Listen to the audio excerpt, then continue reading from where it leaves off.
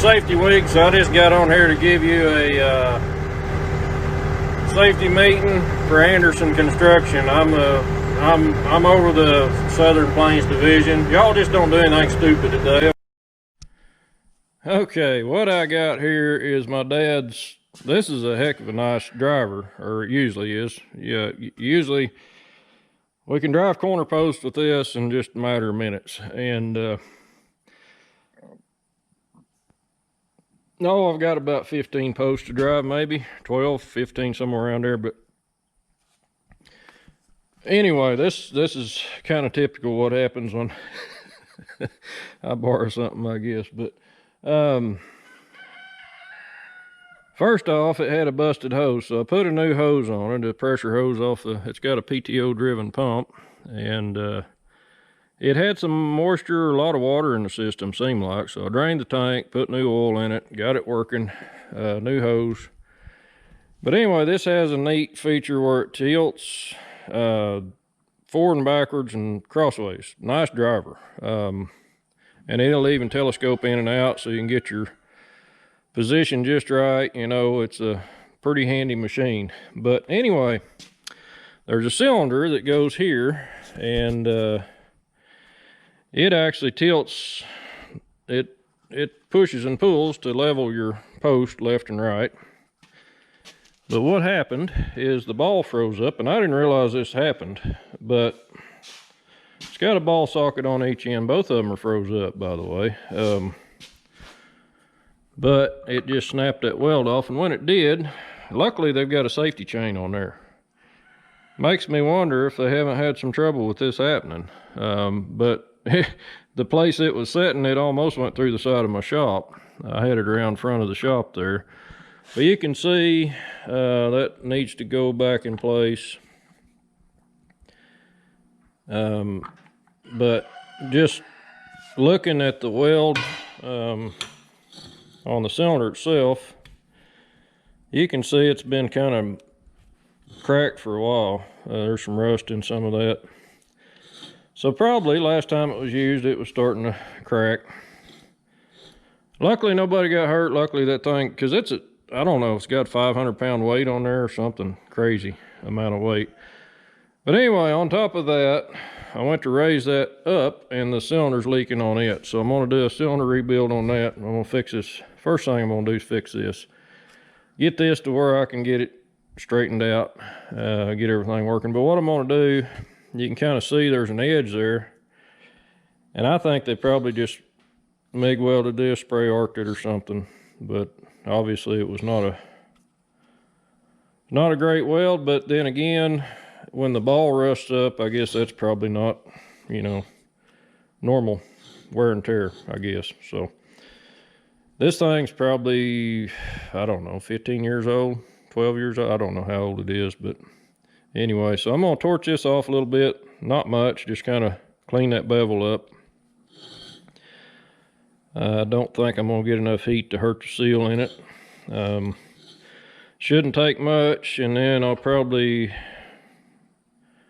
take some of that weld off. There's no particular reason this couldn't just be welded on straight, so I'm not worried about leaving any of the old weld there. I mean, sometimes you want to leave some weld there so you can know where it goes back together, but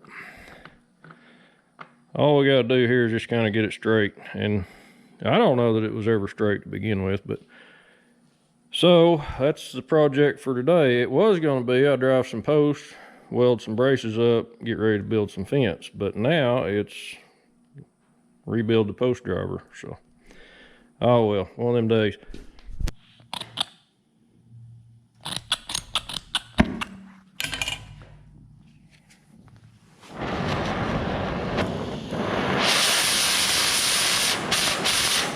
That's better.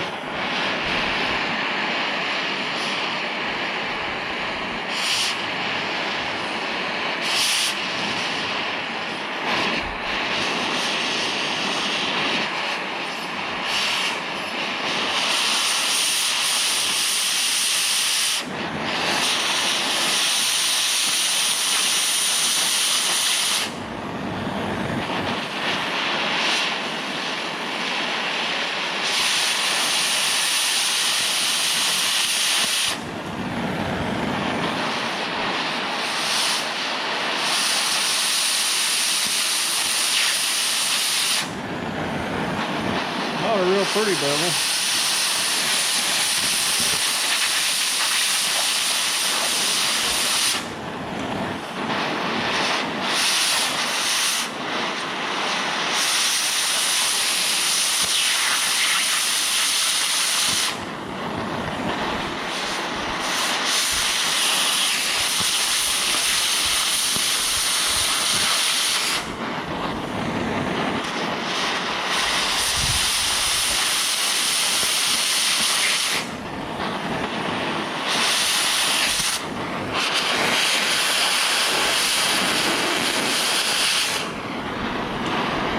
Grind a little bit on that. Just kind of want to get all the old weld off we can.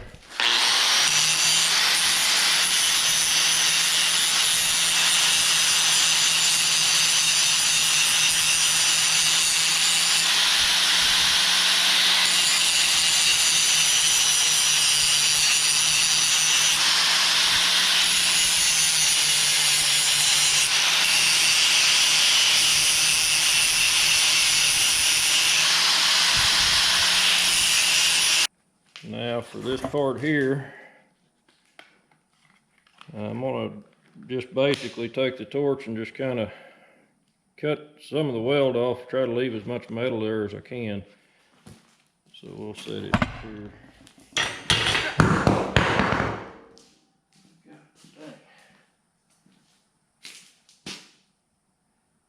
That was stupid.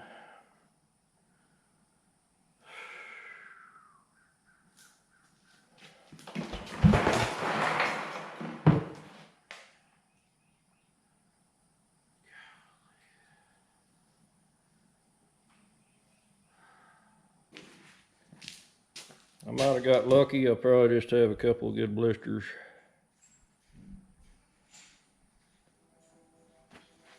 I did grab my ear as fast as I could. A lot of times if you burn your hand or your finger, if you grab your ear, I don't know why, it keeps it from really scarring bad. But it's still gonna be a pretty bad, that's gonna be a pretty bad burn there. Okay, we'll get this. Jeez. Let's see if we can trim this up here a little bit.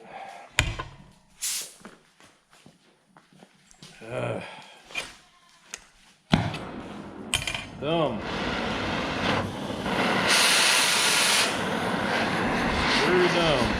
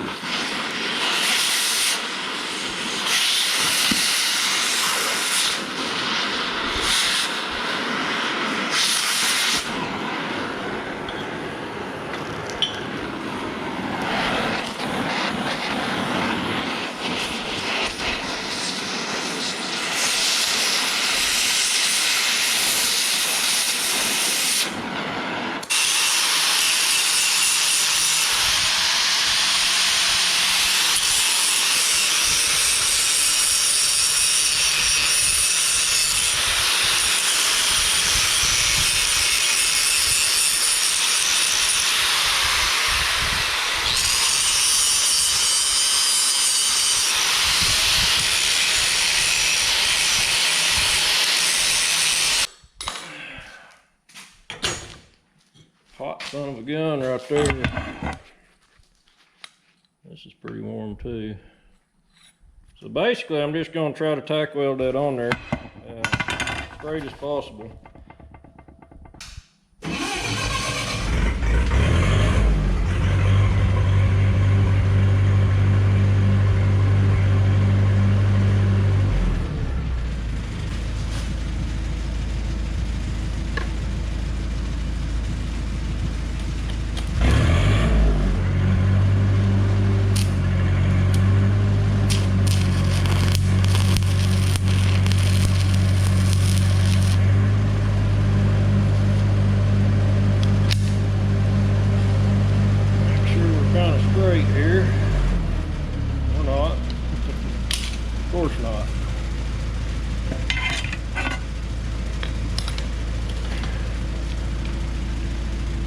that over a little bit.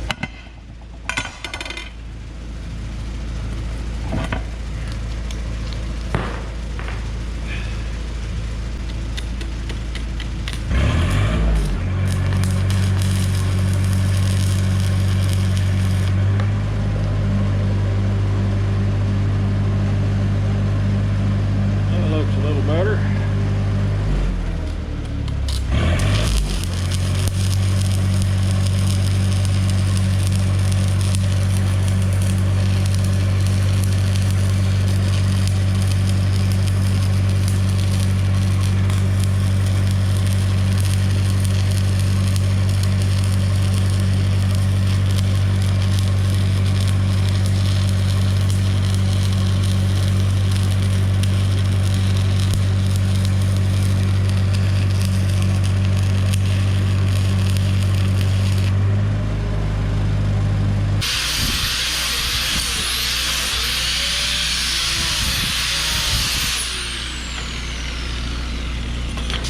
Yikes! Come on now.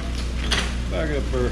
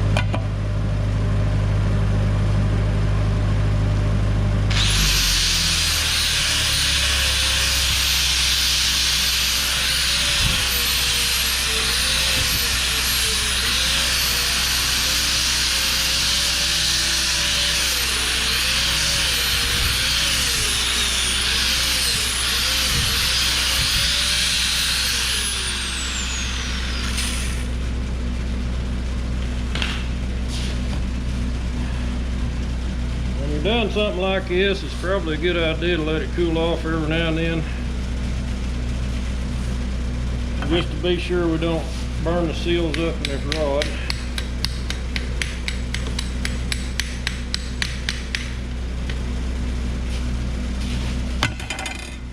So we'll let her cool down here a little bit.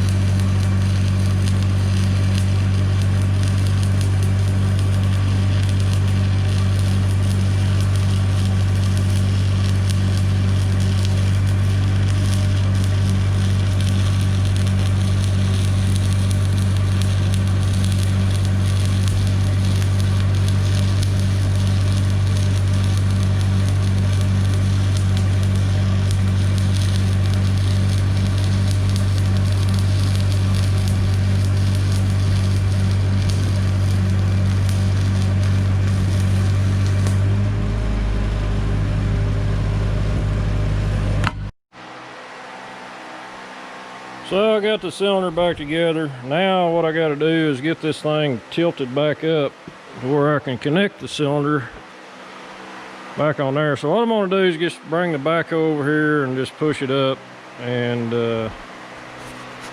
yeah, that way I can just use I'll start the tractor and use the hydraulics to adjust, fine tune it. But once I get it pushed up there, I mean, there's no way it's going to come over center because all the weight's out on the edge of it. So should work out okay, I hope.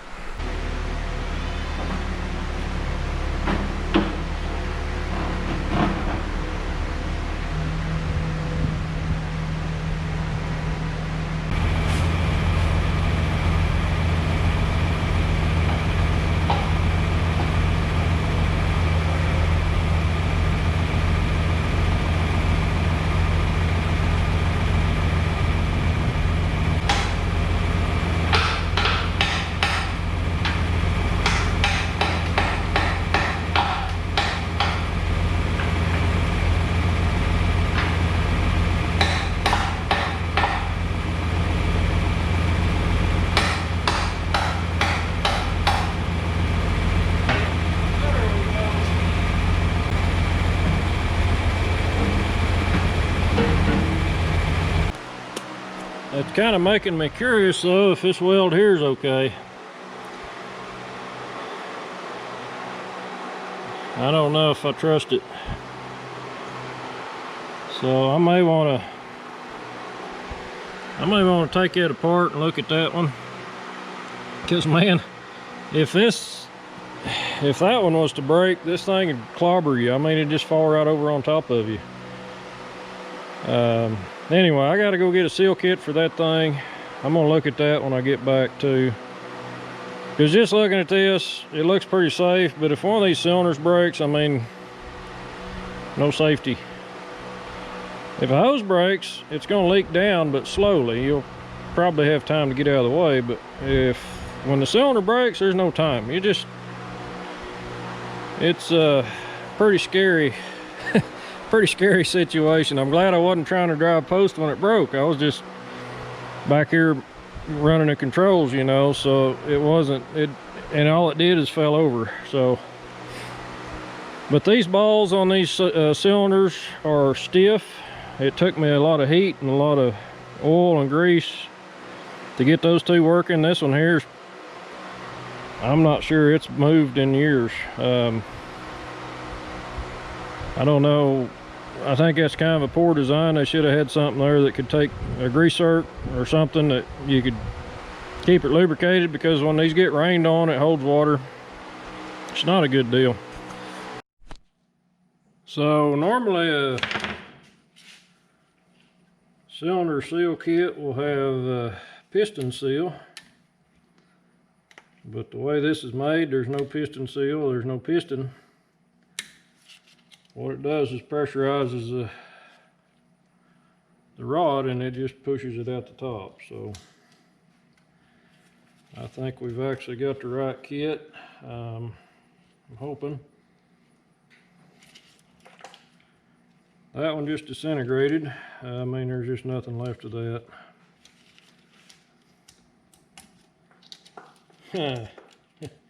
That seal's just history. It's just toast.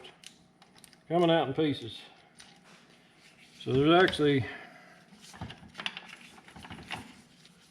3 seals in this gland.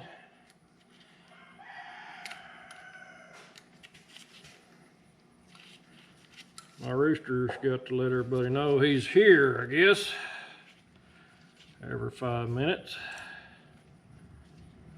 Okay, so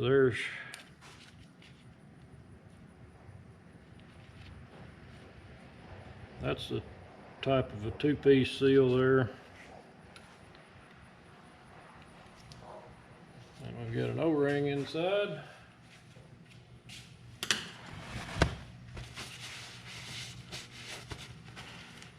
And let's hope they give me the right parts. I'm gonna wash this up here and we'll get going on that. Hope you like my bright green gloves here. So there is actually, this is a rod wiper. That's the 2-piece piston seal. There is a loaded gland or U-cup, and then an O-ring. Don't remember that O-ring being there, but the rod wiper, it'll go in out here first. Actually, let's do that next. Let's put this gland, or this seal in the gland first. Now the U-cup will go toward the wide part of this will go toward the pressure side. And I'm not sure how hard this one will be to get in there. It looks like it might need a tool. Okay, this kit comes with a little block here that'll help hold the handles of your tool. Because sometimes you need extra hands. I still need extra hands.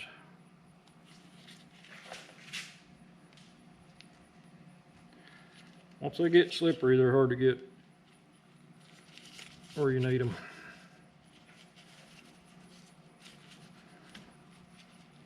So you really got to hold it in place. And this is a pretty small opening, so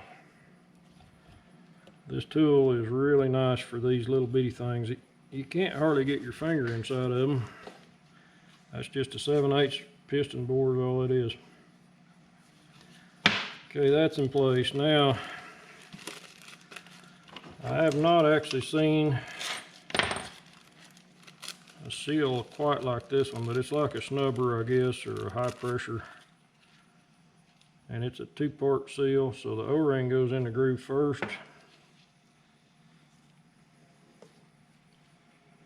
I need to wash my hands, clean my hands a little bit. That's the thing about wearing gloves, is you don't realize the grit you get on your fingers.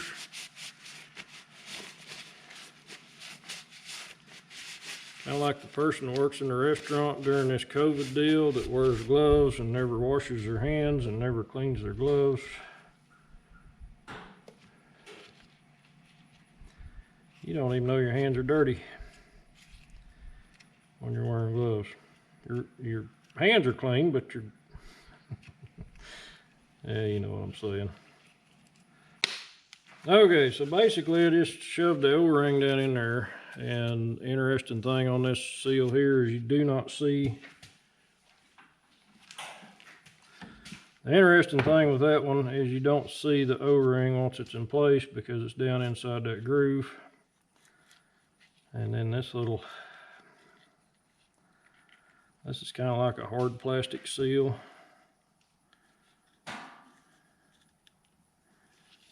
And I probably should have put it in hot water to soften it up. I don't know. So we'll soak that in some hot water for a little bit there.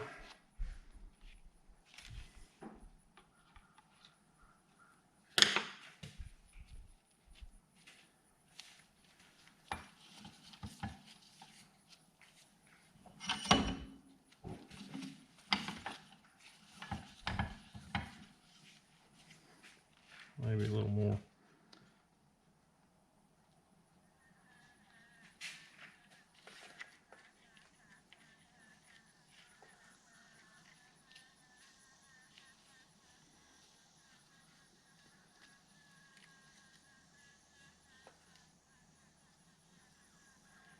I think that is going to be hard to get in place.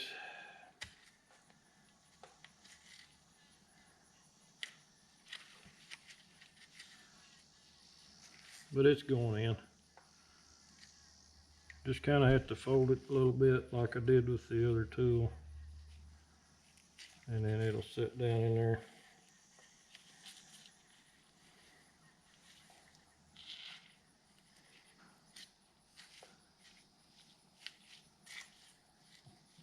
So pressure seal is in place, that's in place. Now all we got left is this. Let me wipe my gloves off again here.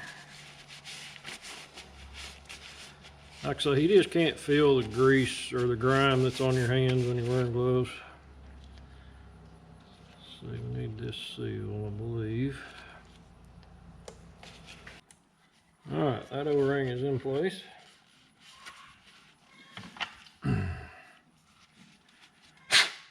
A little bit of water in there when I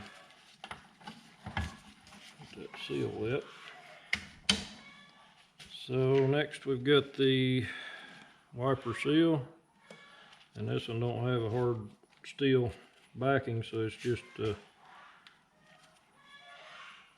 kind of sits in place like a O-ring.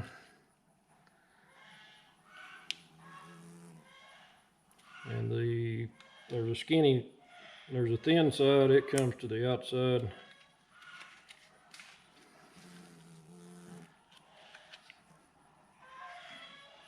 So I believe that is everything that goes in this kit. This O-ring here, I'm not sure what it's for. They may have had a change of seals at some point, but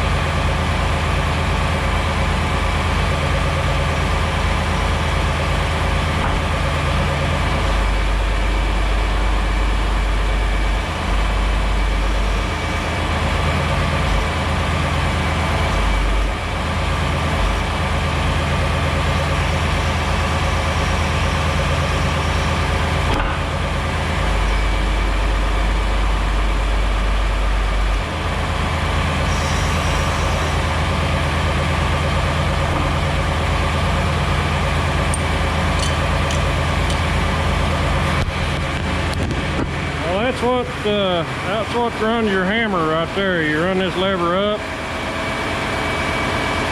and then you pull it back. The thing about it, if you don't have a post in it, you better go easy coming down, because it'll hit really hard. There's about, I don't know, 500 pounds on there or something. But what I got to worrying about is this cylinder here. If this one breaks, this whole thing can just fall on you. And I'm not real fond of that idea, so I think what I'm gonna do is pull this cylinder off, and I'm gonna grind this weld out and just put a good 70-18 bead on it. So this is what the weld looks like that they put on from the factory. I don't know, it doesn't look like it's cracked at this point, but what I'm going to go ahead and do is grind a groove in this and weld another bead on it. I think there could be a crack right there. I'm not 100% sure. I've got some dye, but I don't want to mess with all that. It's kind of hot today, so. But I'm going to grind it out, put a groove in it, and just fill it up with 70-18. Just to be on the safe side, and then I'm also going to try to get this freed up so that it pivots. That'll save the weld from breaking right there. Same thing on this end. I mean, the weld's probably, there's plenty more weld on this one, but this is froze up, so they need to be able to move. That keeps the stress off these cylinders so that they can do their job. And so I'm gonna just grind that out. I think there's a crack in it. Right. Hang on a second here. Yeah, I'm almost certain there's a crack right in the middle of that. So I'm gonna grind that down and put a good 1/4 inch wide groove in it and fill it in with 70-18. That ought to fix it.